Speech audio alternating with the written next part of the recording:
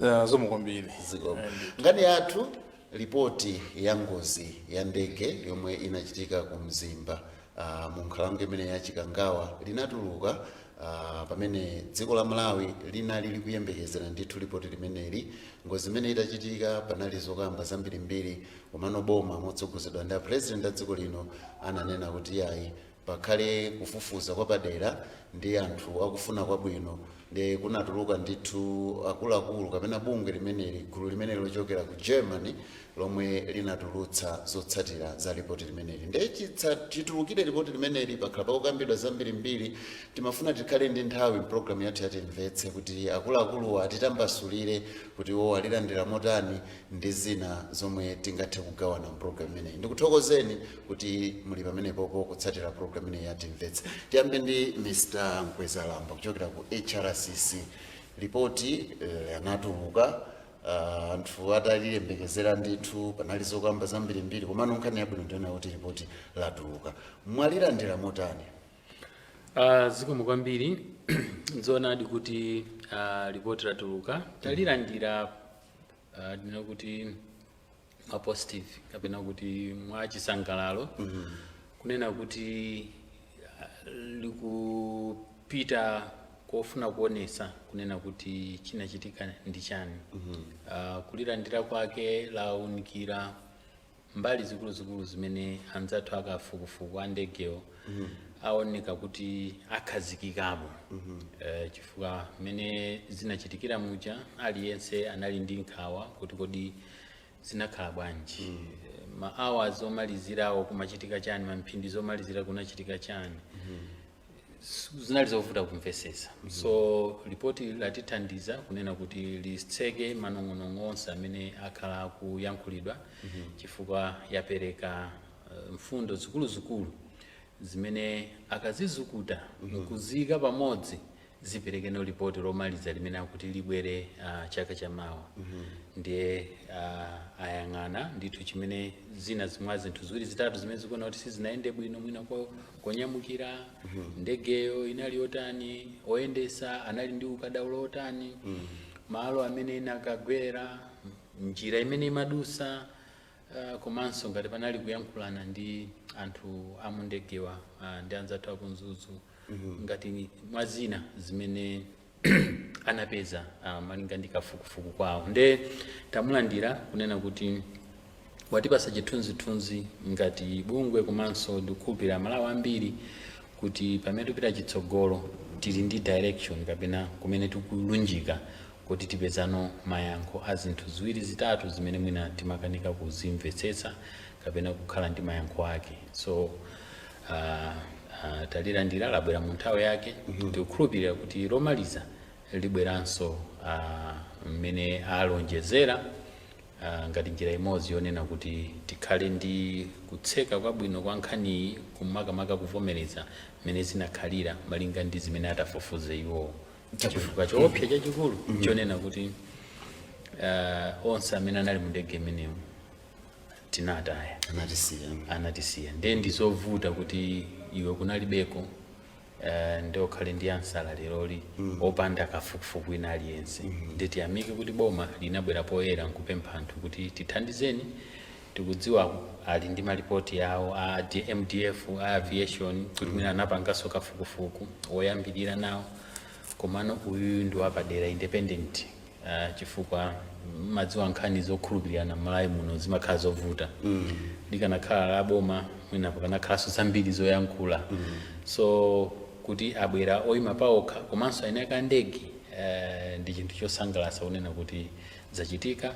Ripoti loyambirira latuluka, tidikira linalo pamene tikufuna tikuunika kuti muli zotani. Chabwino mongoyambira mwemba motero Mr. George. Choyamba ripoti taliwerenga. Makamaka choyambirira timayenera kumvetsetsa kuti kodi ripoti yoyenga yake ndi chiyani. Ambiri inde takhaluna kuti tidakakonda mwina ripoti tidakanena kuti chitachitisa Ngozi ndi ichi.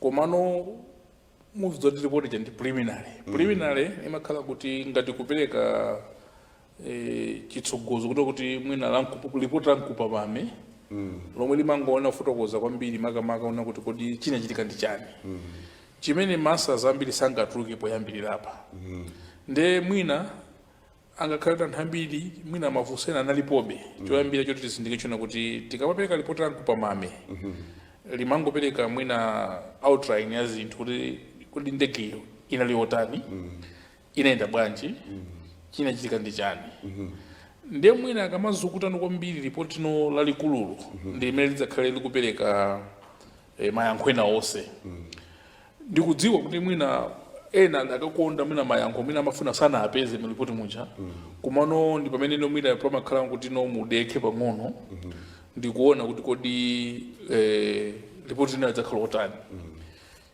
chifukwa chona kuti ripoti ja apanga ndi abefu ya chairman mungathe kuona kuti mwina independence inalipo chifukwa chona kuti akalakhala tinapanga ndifa Malawi tokha mwina bwezi tumamboloza na dzala kuti ayi apanga inu mapanga bwanji andi ripoti chamukaona mmene ananenera akuyamba ngati kwa fufu kwawo ananena kuti tikazatusa report tidzalipanga publish pa website yathu pomafika end August preliminary report final report tidzalipanga after 10 months from tsiku la Ngozi 60 days after Ngozi apangadi publish report ja preliminary and mwina azathu achakunja ubwino wake maripoti awo alakatana tenga ndikupatsa boma la Malawi ndikunati boma la Malawi dzigawani mwina bwezi pali chikayiko koma iwo ajawo from the way gona report tikaitenga tilika pa website yathu sizikungochitika mongo gwera basi it was planned mana nena what ena osefe kuti tilipeze report tinakalipeza pa website yawo by 3 August anaipanga publish report chapa chani andipane panga publish je ndilomwe lizakhalo panga secretary sikuti wina nnokuti ayi report linakalitenga mwina ine mwaka zembera azathu aja ngapanga zinthu amazipanga poyera ndi mwina pene ponso ndipene mungathe kuona kuti report lija lakamba zinthu zimene preliminary report imene kunena kupita chitsogolo munga mafusa nkweza lamba pali mafusa ena ndi ambiri kumamena tisanapite kutsogolo kwa nkhani pali ena sanakhale ndi mwayi wopita pa website kuona kuti kodi ripoti lakukamba zotani mwina mwachidule ngati zingatheke kungotidutsitsamo kuti kodi ripoti ilo mfundo zina zomwe matolamo ndiziti pali zinthu zingapo zimene totolamo choyambirira imafotokoza kuti ndege inayenda bwanji amanena kuti inanyamuka ku Mzuzu mamawa inabwera ku Lilongwe inachoka ku Lilongwe kumabwera ku Mzuzu koma isinafika ku Mzuzu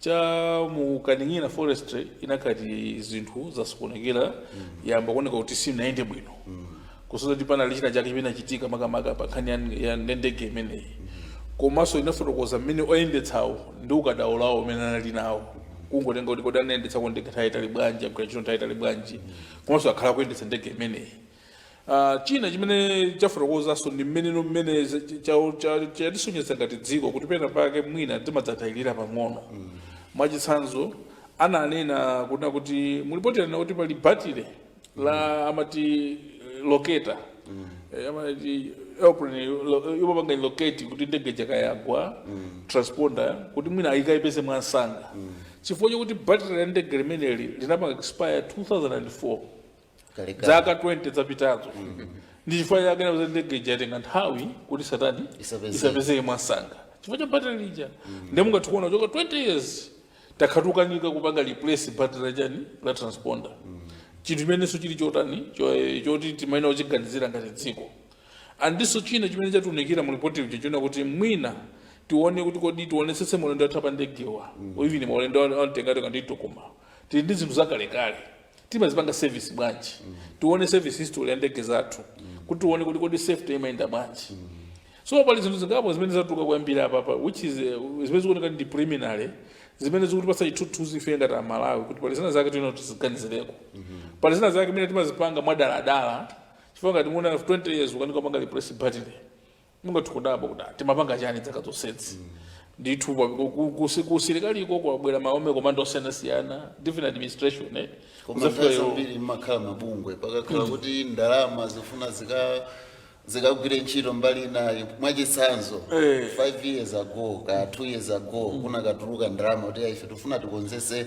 batire la ndege mlana kuti ndalama imene ikanapita kuchimanga ikanapita ku ntchito zina zofunika amabungwe koma chaluka nkhani zako MDF palibe bungwe limene matsutsa andi akamagula zino timangozidwa tikugula zida sitifunsa timagula zida zingati zida zotani timangovomereza afiki pali nkhani zake za security mbuyomu akanakhala kuti timalikonda dziko lathu tiyakazikonsa kalekale mwina pena pake chifukwa chonena kuti tikangana nkhani ya batire ena amadzayang'ana ngati mwina kuti ayi mwina ndi boma atsogolera andale pena si atsogolera andale amakhala nangatilekeza iweyo ndi president wa dziko udziwa bwanji kuti ndege mafunika batire amene kudziwa ndamnakhala kutiko kumene koko ndiye pena pake munthu akuona kuti andimene uchakamagula zinthu kusilikali ku Japan ngati mabungwe sinaoneko muna nthawi ni nyongo mala muno kuti nauti ayi musakagule zinthu zimenezi chifukwa amatiuza these are for national security and the same value amene national security adakatha kupanga 2004 adakatha kupanga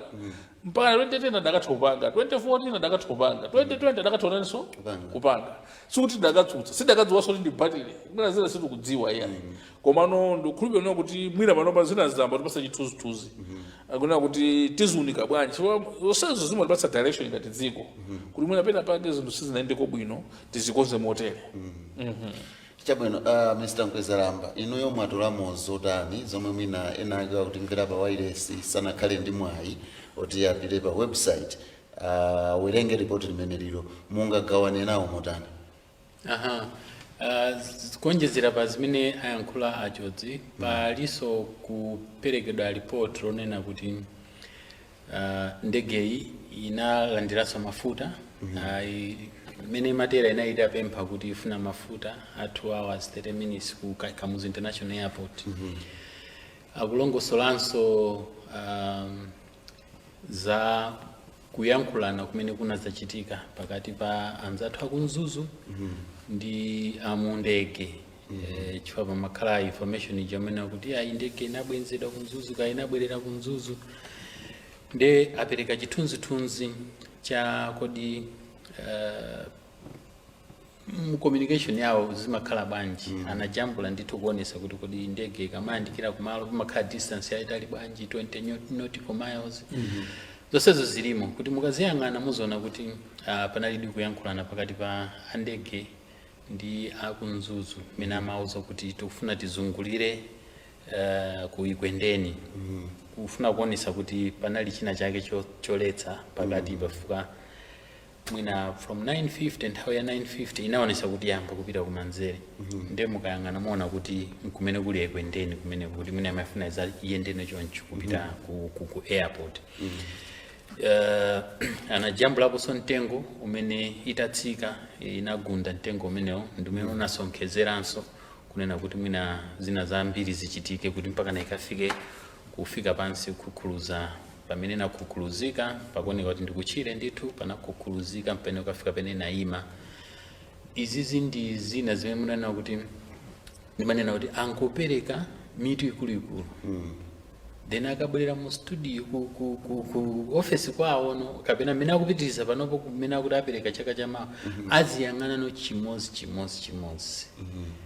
kuti inde inagunda mtengo inasesereka inatsika musi kwambiri pena inazakwera kwambiri anauza kuti aziyenda mulingo wina wake 30,000 and 2,000 pena anaweza kuti anafika pa 7,000 feet above sea level pena kusika 8,000 kena kupaka na 400 feet chani so information yourself aipereka muti report imenele kunena kuti zimeta peza ndi zimenezi so akuyenera no kubweranso pamene ngati ya HRCC tinatusa chikalata kuti amalawi adeke chifukwa akuyenera atifotokozere malinga ndi ukadaulo wawo kuti kodi kutsika ukuku kwa ndege kuchoka mlingo umene mayenda china ngachitise ndi chani kapena chimene amafuna kupanga avoid ndi chani ndi mafogi mitambo kapena amafuna afike level ina yake kuti azitha kupanga zinthu ziwiri zitatu ngati ndege imene ikuyenda akambamonso nkhani ya chani zipangizo zoyankhulana pakati pa mene amaitulusa kulilongwe ndi mene amakhala kuti afuna ilandire kunzuzu kunena kuti amayankhulana ma radio frequency tikachuna MBC kaipa ita 8 point chani chani timazoti apa tipeza MBC then also amakhala ndi ma frequency awo kapena malo amene amayankhulirana akamatuluka kulilongwe anacho usati munthu anokutsika ku 118 kuti mwina munthu akugwirana ndi anzuzu kupitawo. So information yonseyi ndi imene ikuyenera kuti thandiza kuti tikayika pamodzi mmaganizo tizikhala ndi chithunzithunzi kuti think Ngozi inatere kuti ripoti likadzabwera tisazakhale sodaba kuti ichichokera kuti anapempha anenanso kunena kuti zimene amayankhulana ndiyesa ndi vuto la mkati mwa ndege momwemo kunena kuti zinthu zina sizimagwira ntchito zimene amayankhulana nawo kuti nawo you are okay, you can proceed kuchoka kukia kukamuzi international airport kumapita kunzuzu muli okay, mutha kutsika musakwere mtunda wakuti muyendere microhugen media frequency iyi mwakuti information image inapezeka kuti simapangidwa rekodi kuti isungidwe ngati ma backup.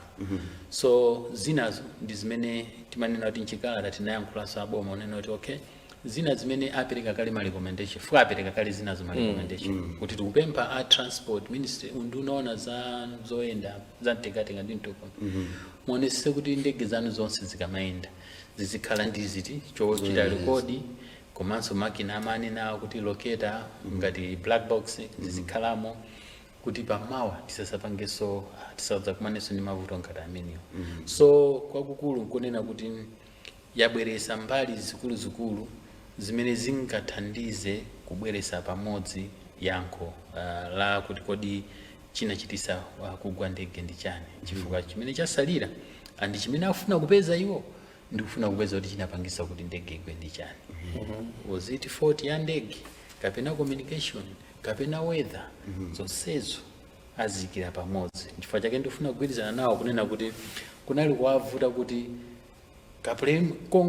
kakankupa mamelipoti komweka amalize kunena kuti ife tachita conclude kuti inali weather maona ndi pamwabwera anthu ayi ndege imwe inadusa pomwepo ndi weather ikhala bwanji iwo atengaso za weather ikamo ukadaulo wa mapilot onse amene ali mmene mwayikamo ndicho linga chonena kuti pasakhale mpata onena kuti mwina nkhani yakhotesedwa apa kapena yatani koma akazilumikiza zonsezo zipereke chithunzi chenicheni choti ngakhale tonse kunalibeko tizitha kuona kuti zinaenda chonchi. In fact ubwino wakadaulo wawo amathaso kuipanga imitate kuti izabwera ngati ndithu itha kutulusa video bwino yamayendedwa ake ngakhale sina jambulidwe koma chifukwa cha information ayipeza ichi izatha kutuluka kuti inaenda chonchi kuti audience athe kuvomereza kunena kuti apapa pachitika chilungamo kafukufuku uyu watuza chilungamo mmene zinachitikira ndiumu ndekuti zoyankhula zikuyenera kutha zizatha nthawi imeneyo chifukwa chonena kuti aliyense azachita appreciate kuti I think palibenso chimene ungayankhule apapa inali ngozi kapena zinakhala it hasn't confirmed kuti panali foul play wina anaipanga zakuti ripoti lolo sana nenepo yayi. Kwa hiyo ripoti akaliyang'ana akunena ndithu kuti la ngozi ya ndege poyamba chimene akugwira chimene tikwenaso kugwira manje kuti akufufuza ngozi so ikakhala ngozi imakhala ngozi so padakali panopo palibe kuti tiloze zala kuti wapangisa nduyu chimene tingathe kukwanisa ndikungodandaula madera amene ayankhulidwa aja nkupempha boma kuti mwina make tifufuze bwinobwino zimene azipereka kale ngati ma recommendations nkuona kuti kapena nkhani ya battery chinachitisa nchani kuti mpaka na lero 20 years tisakhale ndi battery analongosola momwemo mu report mwachisanzo ma locator kunena kuti ngakhale sizinali zofunika kusenza kuti olomunalibe black box palibe mlandu zabwinobwino koma pa recommendation akunena abe kuti kupita chitsogolo tionesese kuti chimene chimayenera kukhala mu ndege chizikhalamo kasi chigwira ntchito kandi yankhondo ndege kumabe tionesese kuti zitani zizikhalamo mmenemo. Akanena kuti sizinali zofunika kutanthauza kuti inakakhala galimoto sikuti a traffic akanayigwira kuti chifukwa chanu mulibechi zimene akufuna kutanthauza ndi zimenezozo kuti sizikanalepheresa mwachisanzo ndege kuyenda kapena kunyamuka. Inuyo achotse mwakhutitsidwa ndi ripoti imene lomwe tutela mkupa mame longo yambira choyambirira nchona kuti ubwino wake ripoti lijeti apanga ndi azathu amene ali ndi ukadaulo chifukwa iwo ajawo ntchito yawo ndikufufuza ngozi za ndege zikachitika andi sikuti anthu aja kuwatenga anangowatenga pena pakuti ya inu tabwerani tizatifufuzireni kuti mwina mwake tione kuti zinaenda bwanji koma anthu awawa ndi ntchito yawo si ngozi yako Malawi yokha ino imene akhala kufuka pita pa website pawo upeza kuti ngozi ya ku Ethiopia ina kwa ndege ku Ethiopia Boeing ngozi akhala kufufuza ndithu ndimopeleka malipoti osiyana andi ndimene amagwira ntchito zawo nthawi zonse amaonesa kuti akachitika ngozi ya ndege amabodza gather data akapanga gather data within 60 days amatulutsa report amati preliminary report within 10 months amatulutsa final report sikuti zayambira ku Malawi sizinambira ku Malawi ya ndi procedure ndi pati ya malamulo awo kakuchitiro kwa ntchito ndi chifukwa chakuti kuti mukaona report preliminary report mene mazatha day 59 kutokwatsa tsiku limodzi latha 60 anayipanga publish pa website pawo ngati kuti nawo apereka ku dziko lonse lapansi kandi we Malawi siwe Malawi and report lija kapapanga salembera Malawi ife timakhala ngati part and parcel ya anthu chifukwa ina kuti ndege ikagwa ma interested parties amakhala ambiri muzizo kuti ndege opanga ndege aja amakhani ndege ngati zomwezo zili maiko osiyana ndege ikagwa ku Malawi ndege ija amene ali nayo ndege kaya ku Zimbabwe kaya ndi ku Mauritius kaya ndi ku Caribbean even South America amakhani nkhawa ndege fiti nayo ngati omweyi ndege kuyagwa chagwetsa ndi chiyani zakhala bwanji ndi ripoti chakamapereka chifukwa chake chifukwa chake napambira sana litengo bwetsa kuboma la Malawi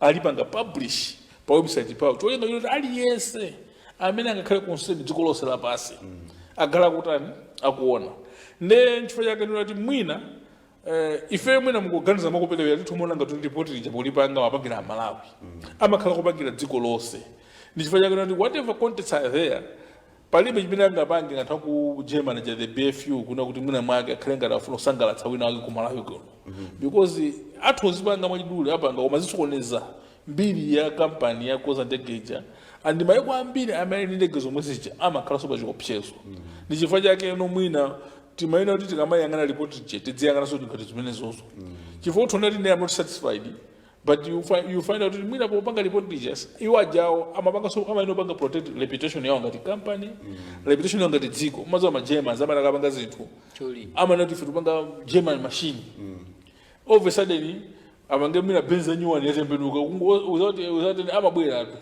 namva kutachika ngozi ku Zimbabwe ija ya Rolls Royce anabwera kuchoka ku UK ndege zakhala bwa chiti yake kali moto yathu ndipo za ndege izi ndi chifukwa chake mwina mukayenga report ija munga tona that's a true reflection ya preliminary findings imana banga BFU chifukwa ndi institution yoti singa ononge reputation yake please Malawi banzi kuti iya tatikonzereni report tituluke motere ndizovuta uli mjetse banzi chifukwa kuti what is at stake is ambiri than the banzi I don't think okay company ngati meneli BFU olopanga Boeing aja what how much are you going to give them for mwina kwa ino ndine $1 million titomona ngati tupanga ndama zambiri pawana zathu aja that's nothing so I don't think we have enough money to bribe makers of Donny and the BFU for us to protect our image and they have got a lot to lose because if for example they do that ndikubwera Malawi kuja banza ku Malawi kuno but they are going to lose customers worldwide because of the mistake they can make so I don't think they would be busy ndifanya yake mwina it's easier for some of us to trust report like BFU as compared maybe that report like MDF kana kali report jana nusa MDF mwina bwezi kuti bali chika kwa chambira so mwe wanzo kwakhudza ndegedeli yawo ndifanya yake mwina up to now boma sina rutsa report ya MDF kuba zokangana kanganazi and because they knew kuna kutoka report ra kuchiko Germany adzalipanga publish worldwide and padziko lonse pano padakhala kuti panali mavuto ena adakalipanga kale raise acceptability of that report.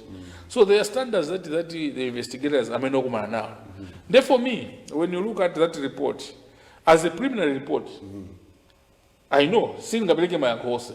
Report langu pamame silingapange address details la chilichonse limene upereka background ya Nkhani ndimene pereka icha ingati ukabale mabuku mawu oyambirira simakhala Nkhani ya buku iseja yayi amakhabe mawu otani oyambirira. Tsono iyi ndi preliminary report ngati nkupa mame mawu oyambirira limene mankhala ngati zukuta mwapo ndi apo kungopanga ngati gather data zinakhala bwanji.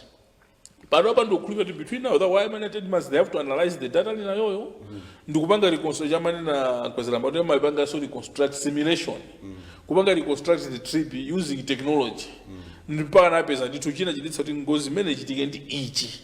For the bottom now, it's a candian political remaining. Chimene Jojo depended at June, one of us can take within 60 days. Because in Ndege Mtosmona Libe. In absence of the black box, meaning that record, Imakasopotani. Povuta nishwa yake mwina akutazipanga intendiments. They can even do it earlier. Komano I believe as Malawians komanso ngati anthu timene kuti report ili ndimene abwetsa preliminary and sindikuona ifo kuti mwina padzikha kuti ya report ili tele ndi preliminary report and by its nature it's what preliminary means. Chabona HRCC mwakutitsidwa mukaliona ripoti ndizo mamayembekezera lakwanitsa kuyankha ena mama ya mafunso omwe anthu anali nawo.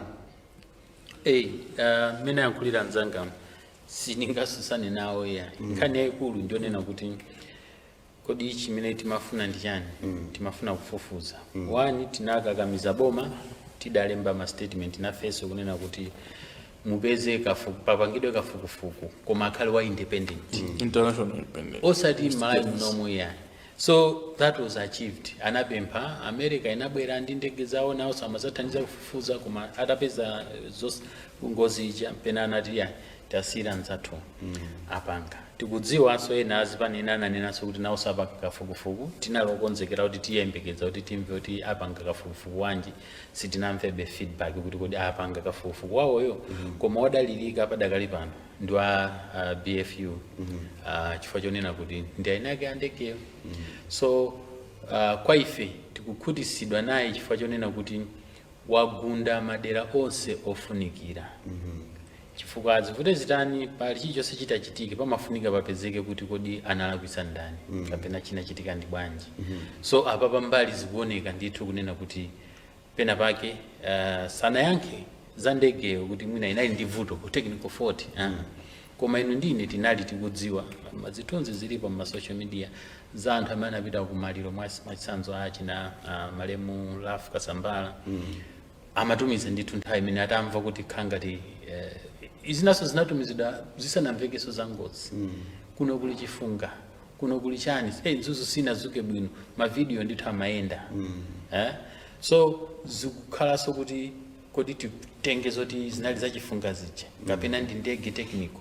So you find kuti Nkhani ya nyengo ayika mbanso kunena kuti mene manyamuka kunzuzu nyengo inali chonchi mene mabwerera kunzuzu nyengo inali chonchi njira zonse zimene anaenda ndizi kodi nankha management kaende sikasamalidwe ka Ndegewa imayenda bwanji ma service aka amayenda bwanji ma pilot anali ataenda maola angati fa pilot umafunika uziyenda regularly samachepere 600 kilometers distance per every trip usanendese ndege onse anali ma thousands umapita kuti anayendesapo amakhalasa akuendesa maola amene akhala akuuluka mwamba. That's what I meant. Ma olas amene akhala ali mwamba because zimene zimakupasa so confidence. International malamulo akunja akulu amakaika amakulesa kuti unene kuti mwina kutha miyezi 3 or 6 usanayendese ndege zimakhala zovutirapo kuti uloledwe kuti uyendese ndege. So you find kuti anthu awonso anali ndi kuthekera akonena kuti ayendese ndege imeneyi. So tikayang'ana ndi zimene timalingalira ndi zimene timafuna maansala akupezeka kapenanso kuti apezeka. Muono kuti yakwa mazunguliridwe inazungulira ndithu makhala kuti kupanga maseko ena ake mpaka naye akagwa koma pokagwapo simene amenya mtengo mwine kanapanda umenya mtengo ikanayeseranso kuteraso bwinobwino. There are all those conditions, but if information na kuti mwina anthu amudzimo sanamve kaya sisinaoneke bwino pale ena amanena tiya tinayiona ine ma 10 km 10 minutes mmalengalenga mpeza kuti mwina ripoti lomaliza liza fotokosa zimene za ma 10 minutes kuti chimachitika I think Nkhani ndinaona kuti choyambirira eti tiyenda kuvomereza na kuti ngozi imene jayo inatipanga tosa affecta Malawi. Sizinachitika ku Malawi muno and mwina anthu ambiri even sinapanga so recover, to be honest. Sikuti so ndi mtundu wa mtundu umodzi wa Malawi.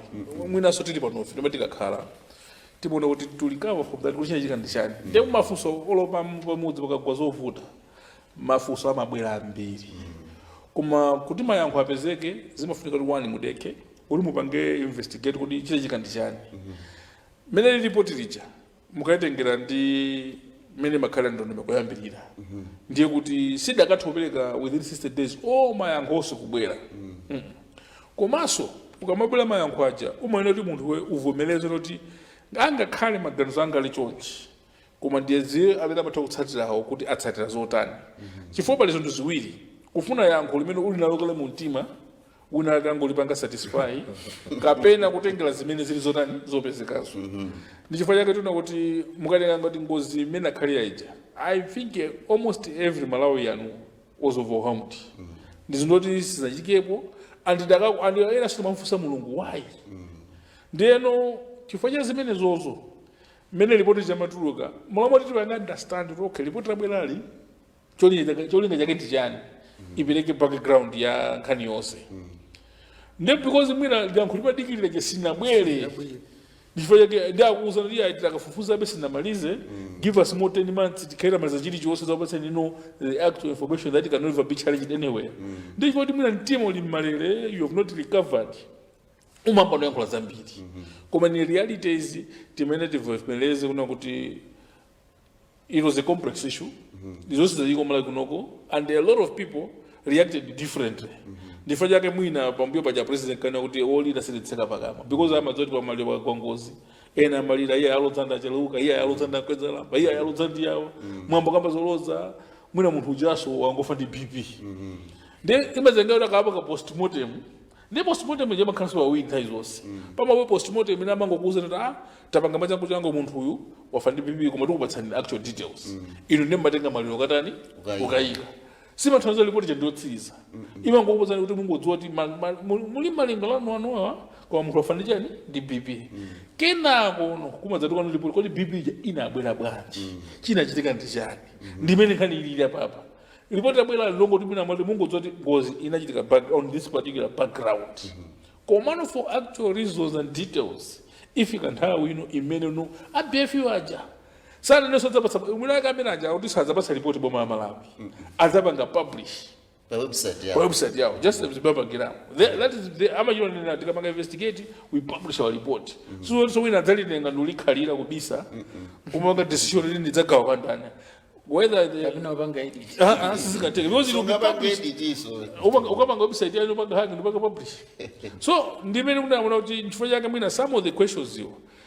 chifukwa olobama lakachitika timadeka postmortem ya rules unakuti munthu uyu wafa ndi BP koma chipechedzesa BP chikuti tipeze ndi tikakhale no pansi no tikazukute bwinobwino ndiye pano report jeli pa stage no alizukute atipatsa no mwina mayankho amene timafuna aja ena so mwina mayankho akadzabwera mwina sadzabwera amene tikutani kuganizira ndifo chake tuna kuti tikhulupirire kuti akatswira ajago yachita yawo and sitikhulupirira nthawi ija akamayika amangoyika for the second anangolota okay 60 days then 10 months I think it's standard yona nalapanga approve not for you to investigate properly and answer all questions kuti tikamamaliza pasadzakhaleso munthu wafusolina tipatse 10 months and I believe 10 months is not a lot of time for us to give it to investigators kuti adzayankhe nkhani ngati imeneyi chabwino mwina mukuyatsa kumene kanema wanu MBC television program yake mene ya Timvetse komanso omwe mutitsatira pa MBC radio 1 nkhani yomwe tikukambirana ndi report ya ngozi ya ndege yomwe inachitika myezi yapitayo omwe ndithu tinatayako wachiwiri kwa mtsogoleri wa dziko lino wakale Dr. Saulo Chilima komanso ndi anthu ena 8.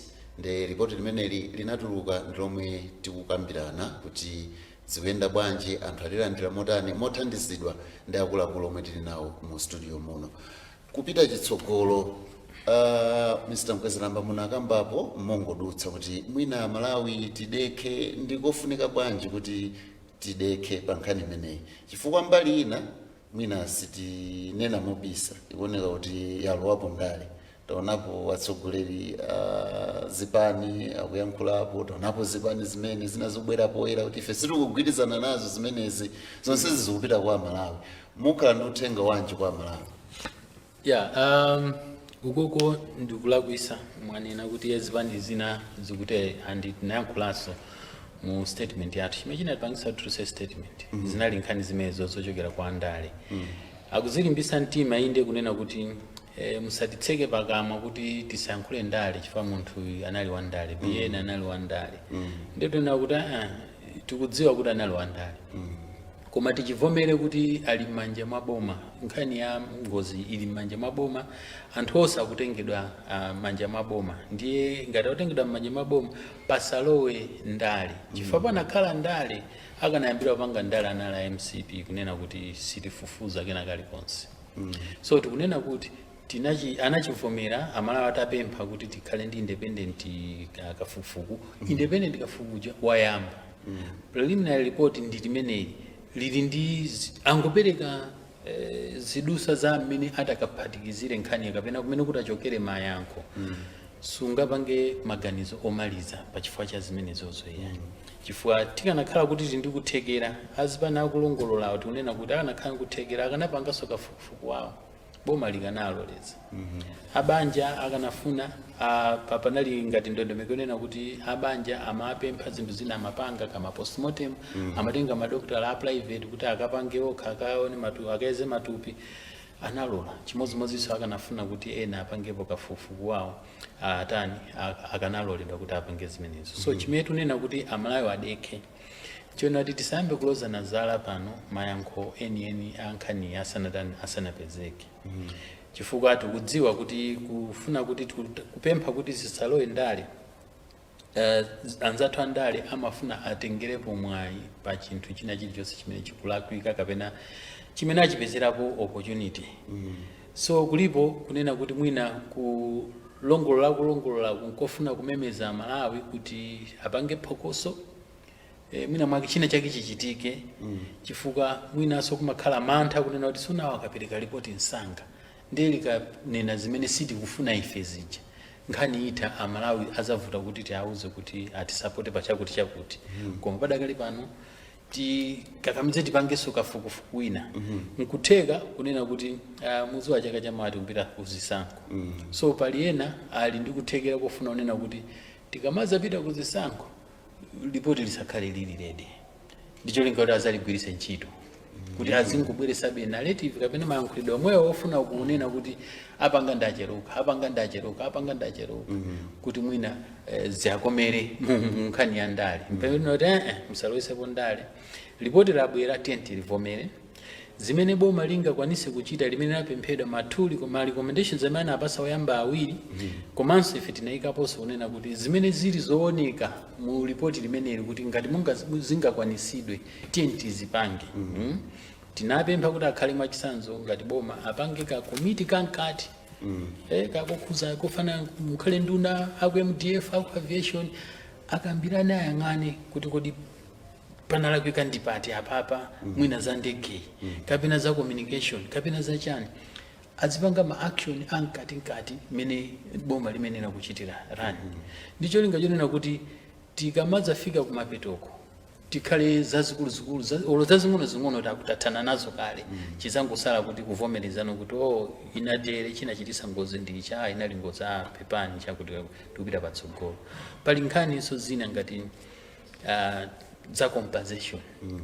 Eti ndege za commercial izi zikamaenda timatenga insurance, travel insurance.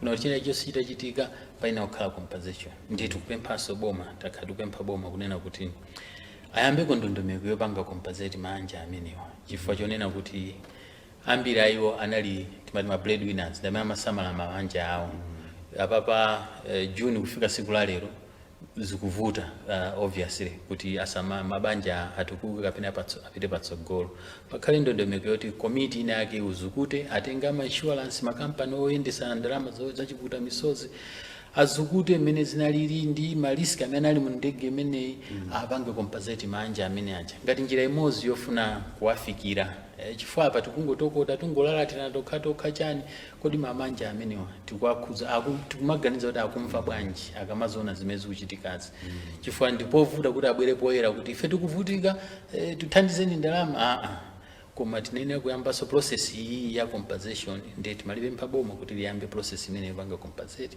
anthuwa anande chiputa misozi osati kuti ngati mwakuti kumano mwandondomeko kuti munthu avulala pa ntchito kapena ngozi yachitika pa ntchito akuyenera kulandira chipepeso mmene malamulo amanenera so mwachidule tinene kuti makozi ena madando ena zimene zikuyankhulidwa zinazi sizitithandiza ngati dziko koma tideke tilandire ripoti lomaliza pamene boma tikulipempha kuti zina zazing'ono yambe kupanga. Ndimayitsatira nkhani yanu mutatulutsa statement ndemanga zambiri zomwe zimatuluka zambiri zimanena kuti yayi mukuti ife tideke popeza inuyo mwaja mabanzi kuchokera ku boma achonzi aya manenanso kuti mwina inuyo simuna it's like auti chani tinaiwala ena amatero kuti news zinakuchoka nife tidakalirabe koma akanaziwa ngati pale anthu ena olira ndife omenyera maufulu anthu fa pali nkhani za ufulu pamene pachi pene zinachitikira pene pachi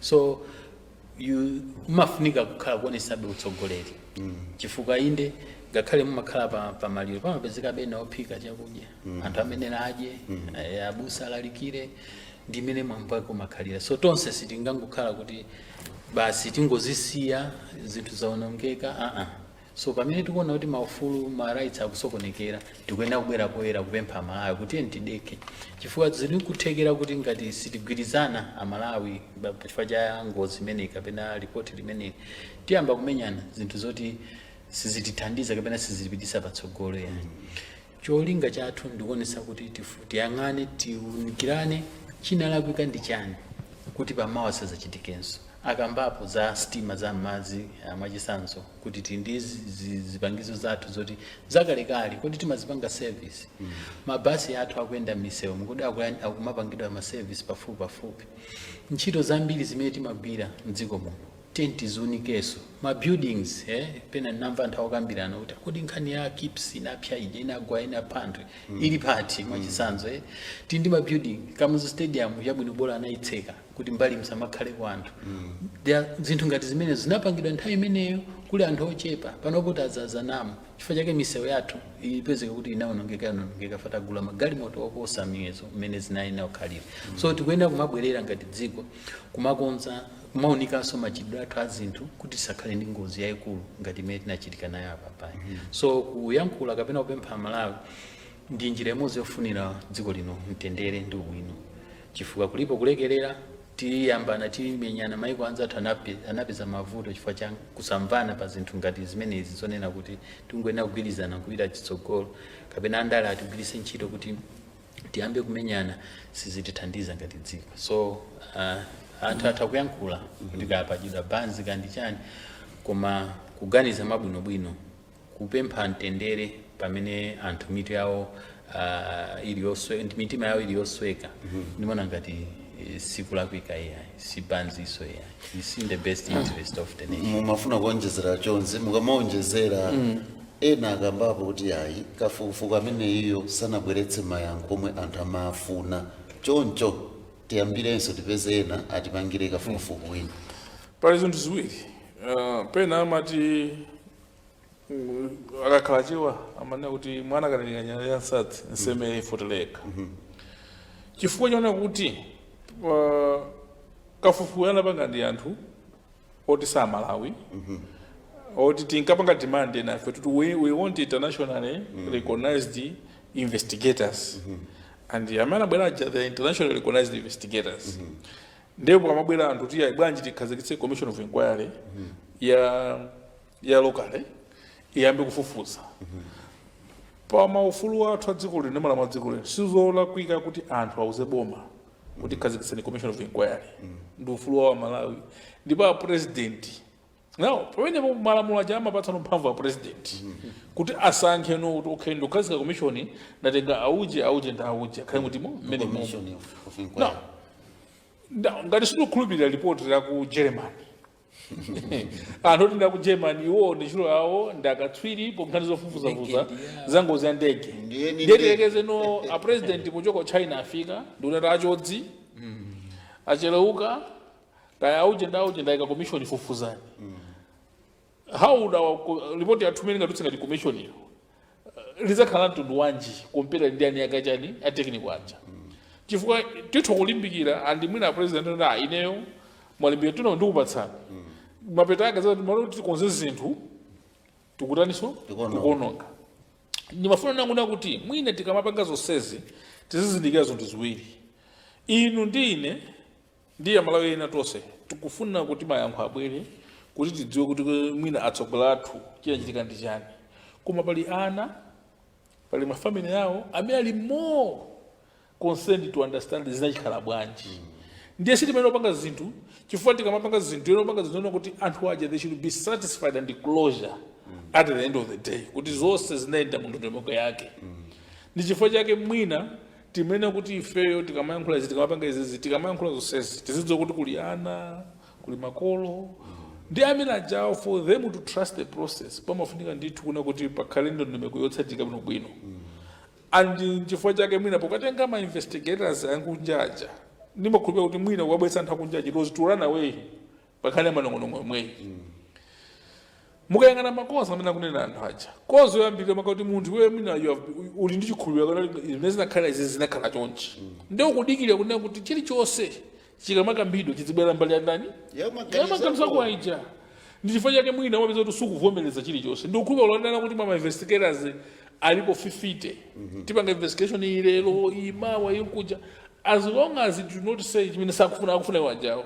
sadzatanizo sadzakhulupirira koma chimene tifuna kupanga ngati Malawi zoyambirira tiye tilapanga law independent investigation ichitike mmene ayambirira mcho chimu mpaka ndizana final report ndi tidzaone kuti mayankho alipo palibe chachiwiri ena amanena kuti bwanji report a president sanapereke kwa mtundu wa Malawi iyayi APFU mmene amagwira ntchito akapanga report ija amapanga publish and ananena kuna kuti tidzapanga publish report lili kumapita mwezi wa August ikamata 60 days imene pa 31 August 30th of August anayipanga publish report pachani website yawo meaning ina kuti sukuti report ija analipeleka boma la Malawi ngati analipeleka maybe a day earlier or the same day imana panga publish the way they release report imaka publication and report ija yapelekedwa pa 30 August imene lidzana eti sidzana 30 August the following day a president anajimapita kuti ku China sindikhulupirira limene abwera report lija aboma angotenga ndikukhalira ndikukhulupirira limene amene anakweza lamba uja akabwera president wa China ndi timu yawo ali akana report lija and now as a government they will look into the report and they're going to tell Malawians what they're going to take, what action they're going to take out of the report. China chimafuna chona kuti tizembe zona kuti boma limagwira ntchito ngati inu ndini. Inu tikangotenga report chakulenga 1 hour umamboyeka ma comment. Mwina swala wachulukaso. Mwina sosana welenge kwenga ko mwangolenga one sentence. Oyeka kale ma comment. Thomwe comment. Yeah, apa zatele. Pamene government when you receive a report, matenga ma technical team. Mudzoli mene majabo na MDF, civil aviation. And other parties. Mateka MDF kutobwerani, report ni menele. We need the analysis yanu. Intelligence ya boma. Analysis yanu based on the report. All that imabanga form decision mene president angarani. Angabangi. And in the manner we know what bwanji sidakadeka pa on kwadigira president abwere. Let uone kuti abanga decision yanji on the report. Then it will inquire na big he has not even acted. Not even a day has elapsed. You have already demanded another report. Ikazatu kwa semene so within hours will demand another report. They will sit with. But nobody may often even the commission of inquiry. Eventually, whatever you're going to find is going to be acted upon by the same government. Why don't we see what Abangajani report atani labwera? Because the government is going to act, but you cannot expect it to act like many Makara individuals. Report we are 30. But 31 is a Saturday. inabwera Friday, then one Saturday the president was traveling to China. Akamabwera ndithu ndikhulupirira kuti apanga address some of the issues that are in the report. And that's why mara tikamapanga zinthu tisiyangana so kuti kodi kulosha vintu panga tikamayankhula izizi kodi ana anthu amene wawa asibale yawo akuva bwanji, because eventually you can spread, it's easier to spread a rumor, but it's very difficult to correct a rumor that is gone wild.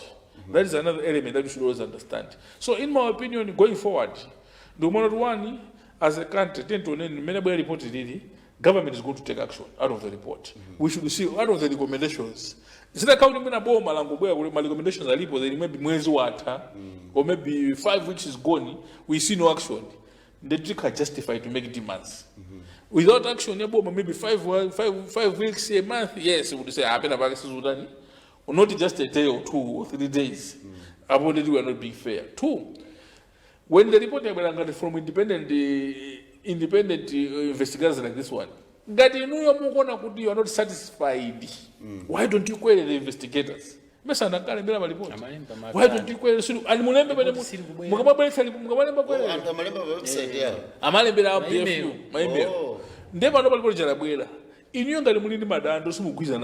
Now the problem is that you cannot argue on the basis of the you have to argue on the basis of facts that you have also established. Facts contrary to what the BFU have written. Bring the contrary facts. That's why I'm going to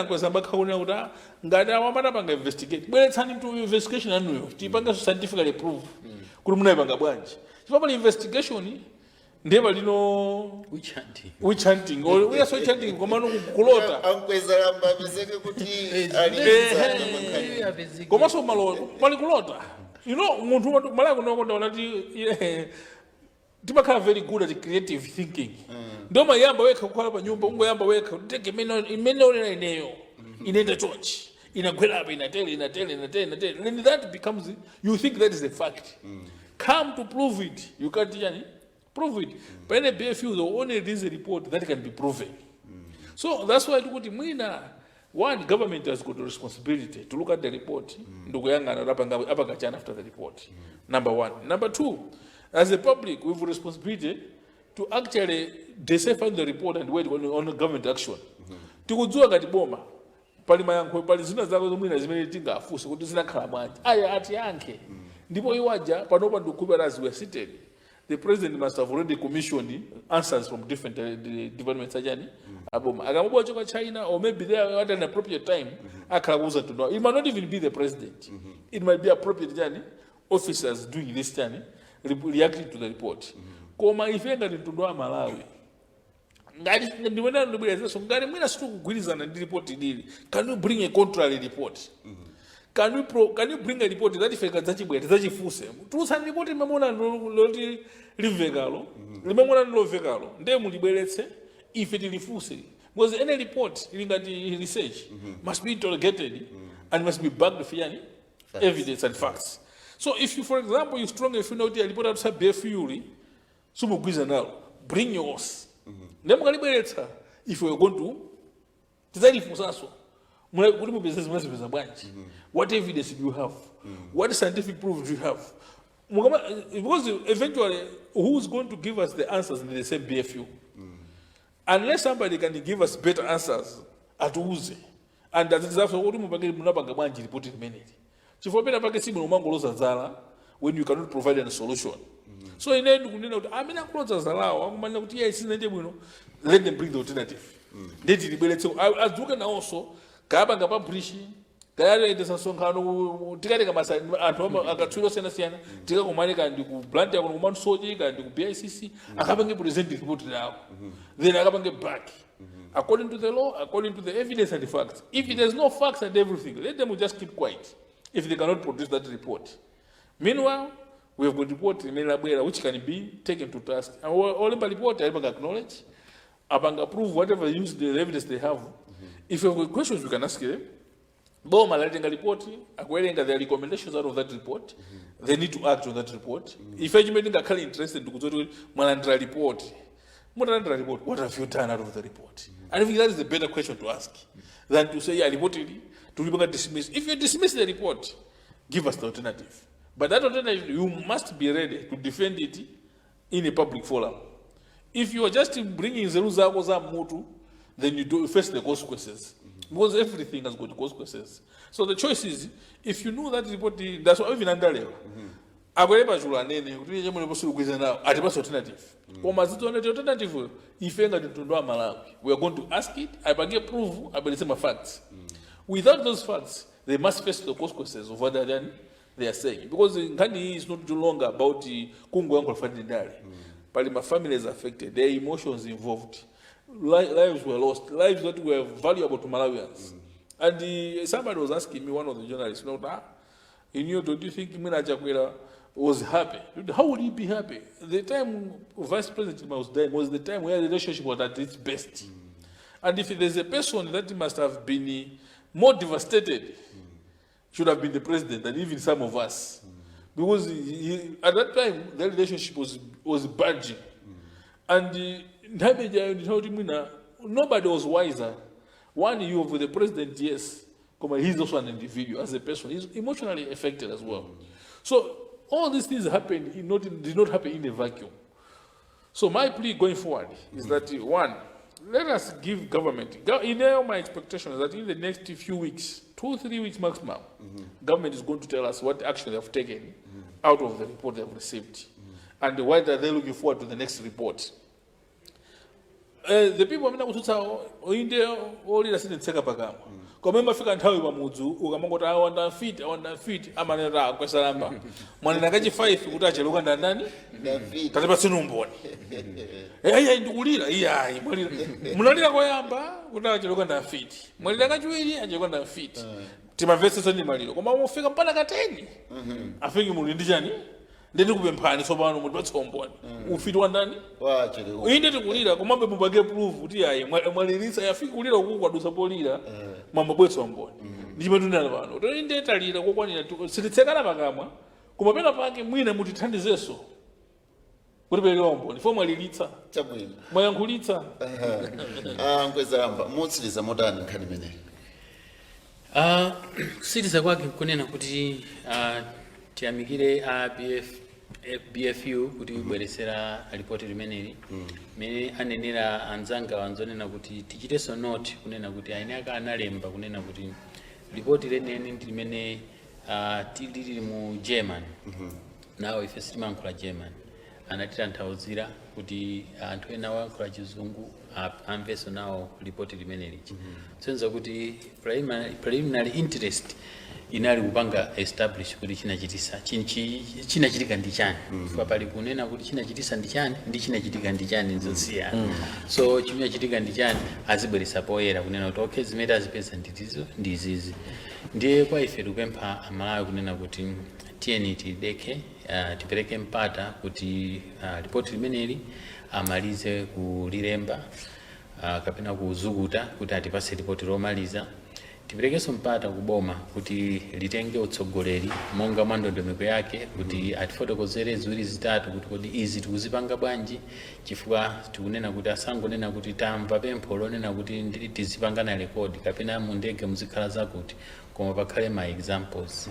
Tinamva nduna information akutchula ndege zimene tili nazo. Tikonda tikhala okonda kuti tione zikuchitikadi unena kuti mwina ndege zija azigulira chakuti zimene sizimauluka chifukwa cha mavuto ena. Tiyeni tikonze ngati dziko lathu.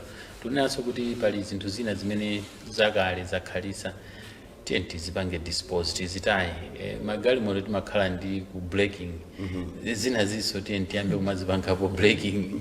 Maiko ena atati agule kandi ndege akazigwiritsa ntchito ino kuti abwenzera ine akamana tikonzera amapeza benjira imene angazipangire dispose of. So tikutatha zonjena kuti chifukwa pamakhala ma situation ina kuti zativuta timagwiritsa ntchito zinthu zimenezozo. Machisanzo apa tunena kuti ndege inanyamulapo so president wa ku Zimbabwe. Anaenderapo so president wa ku Ireland. God forbid zikanatichitikira nthawi imeneyo ife tikananyozeka ngati dziko. kuti tapanga chani, tikanatengedwa ngati kuti tatumidwa ndi anthu ena aupo kuti tipange zimenezi sizikanatha bwino yayi, you see. So mpendonena kuti ngati dziko tiyeni tichite zinthu zathu mosamala, tisamatayirire kunena kuti mwakuti inde ndi God fearing nation, mabeso pena pake tikuyenera kumachita noti kuti ambuye samatha amakwapula, anakwapulapo anthu mchali chakupanga malonda. So tisamakhale otayirira to the extent yonena kuti mpaka na tikaluze miyoyo imene tinaluzayi.